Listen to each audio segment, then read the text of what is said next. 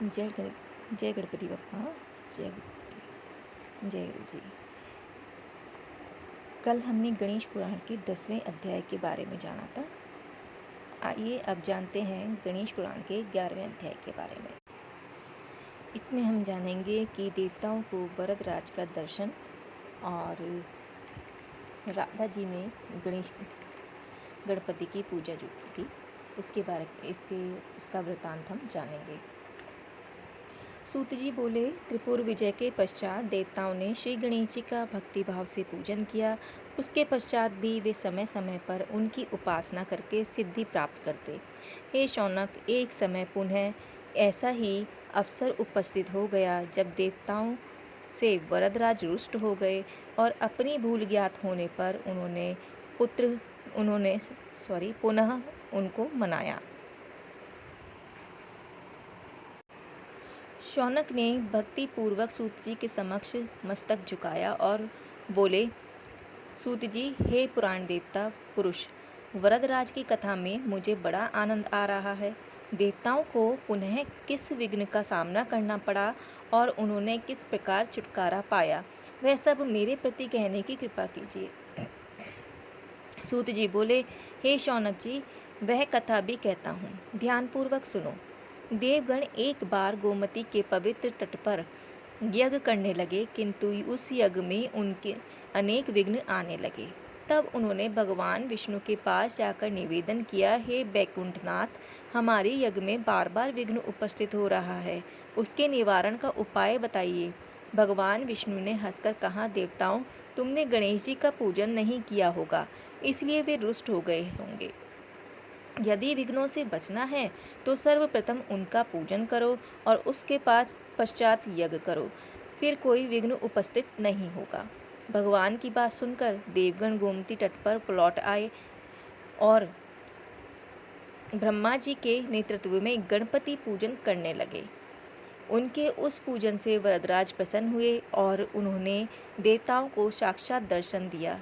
देवताओं ने उन्हें देखा तो तुरंत ही हाथ जोड़कर स्तुति करने लगे। यह सर्वकार्येषु सदा शुराणां धीश विष्णुवम्बुज संभवानां पूज्यो नमस्य परिचिंत न्यस्तं विघ्नराजं शरण व्रजामः। अर्थात जिनका सभी देवगण, शिव, विष्णु, ब्रह्मादि भी सब कार्यों में पूजन, नमस्कार और चिंतन करते हैं, हम उन्हीं विघ्नराज गणेश जी की शरण लेते हैं। हे गणेश्वर, आपके समान मनोवांछित फल प्रदान करने वाला अन्य कोई देवता नहीं है। त्रिपुरासुर वध के समय शिवजी ने आपका ही पूजन करके विजय प्राप्त की थी। हे अंबिकानंदन, हमारे इस यज्ञ के विघ्नों को दूर कीजिए। देवताओं द्वारा वरदराज के बाल रूप का स्मरण होने के कारण वे उन्हें बाल रूप में ही दिखाई देने लगे। ये देखकर शिवजी ने विनोद पूर्वक कहा, गणपति, तुमने बहुत दूध पिया है, फिर लंबोदर क्यों नहीं हो जाते। सब देखते देखते वे लंबोदर और दीर्घकाय हो गए। देवताओं ने पुनः उनकी स्तुति की और अंत में बोले, हे लंबोदर, हे गणपति, हम आपकी शरण हैं, हमारे विघ्नों को नष्ट कर दीजिए। गणेश जी ने कहा, देवगण, चिंता ना करो, अब तुम्हारे यज्ञ में कोई विघ्न उपस्थित ना होगा। हम सभी बाधाओं का अंत हो चुका है, अपना यज्ञ आरंभ करो। यह कहकर वरदराज अंतर्ध्यान हो गए। देवताओं ने उनकी प्रतिमा स्थापित कर पुनः पूजन किया और पुष्पांजलि आदि द्वारा संतुष्ट करके यज्ञ अनुष्ठान का अभ्यास किया। इस बार उनके यज्ञ में कोई बाधा उपस्थित नहीं हुई।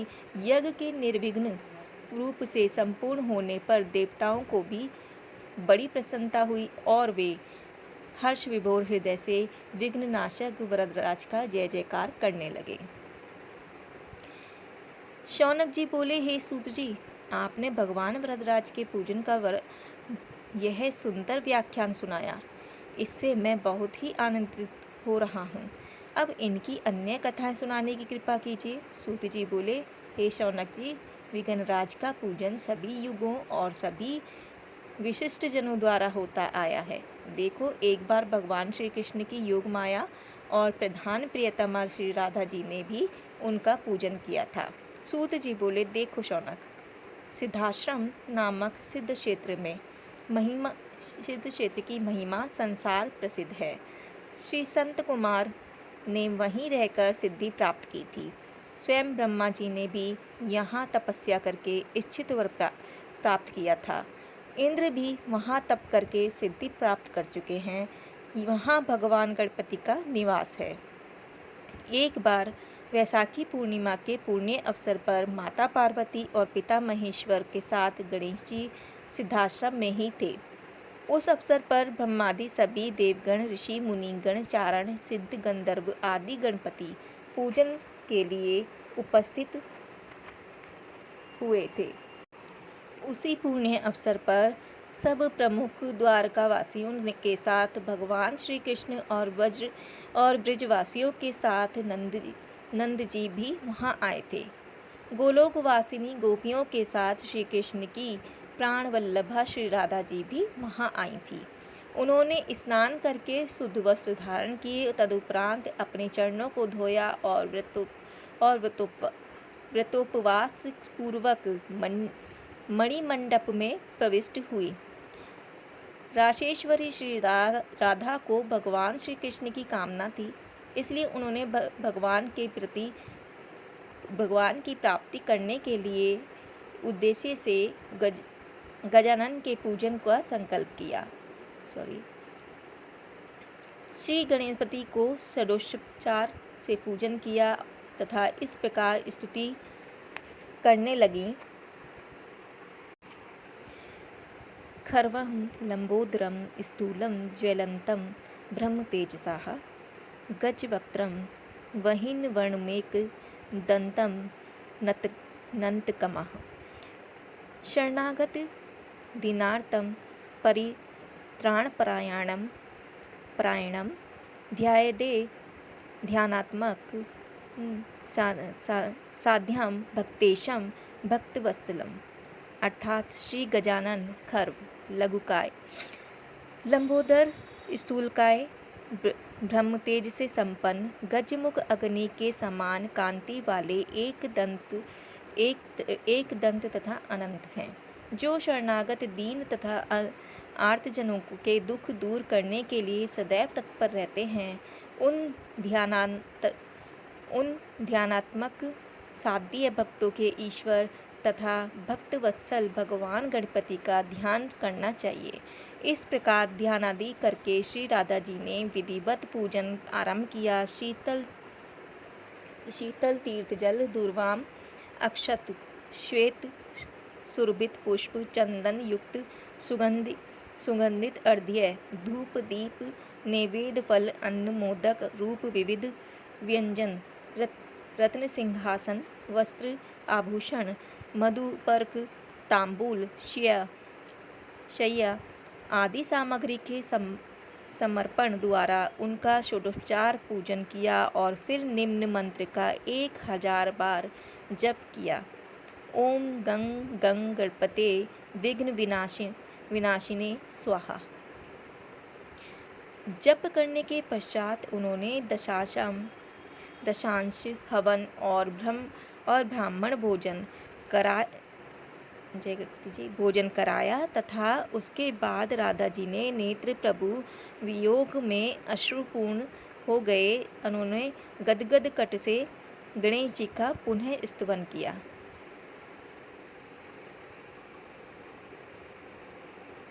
परम धाम, परम ब्रह्म, परेशम परमेश्वरम, विघ्न निघनकरम, शांतम पुष्टम कांतमनंतकम, सुरासुरेंद्र सिद्धिदेंद्र स्तुतम स्तोमी परात्परम, सुरपदम दिनेशम च गणेशम मंगलायतनम।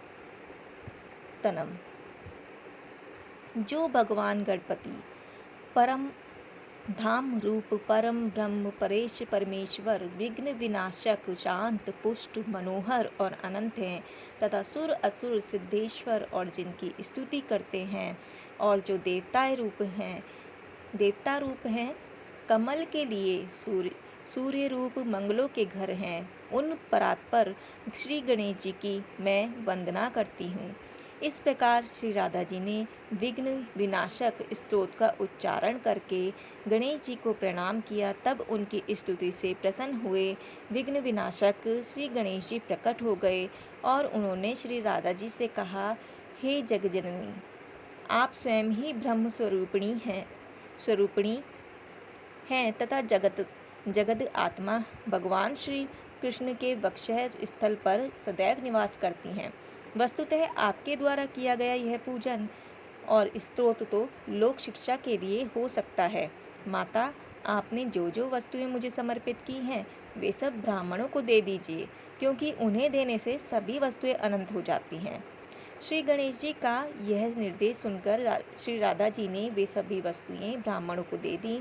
तत्पश्चात वरदराज गणेश जी ने भोग लगाया और अभिष्ट पूर्ति का वर प्रदान करते हुए कहा, माता, जिस कामना से आपने मेरा पूजन किया है वह शीघ्र ही पूर्ण होगी। जय गणपति जी। इस प्रकार वर देकर श्री गणेश जी अंतर्ध्यान हो गए। तब राजेश्वरी ने वहां जाकर पुनः वरदराज का पूजन कर अभीष्ट प्राप्त किया। हे शौनक, तुमने गणेश जी के विषय में पूछा, वह मैंने बता दिया। अब और क्या सुनना चाहते हो? शौनक जी उक्त कथा सुनते हुए अत्यंत विस्मित और हर्षित हो रहे थे। उन्होंने सूत जी को पुनः प्रणाम किया और गदगद कंठ से हाथ जोड़कर बोले, प्रभु, मुझे उन महामहिम गणेश जी की वह कथा सुनाइए जिसमें उन्होंने चंद्रमा को शाप दे दिया था।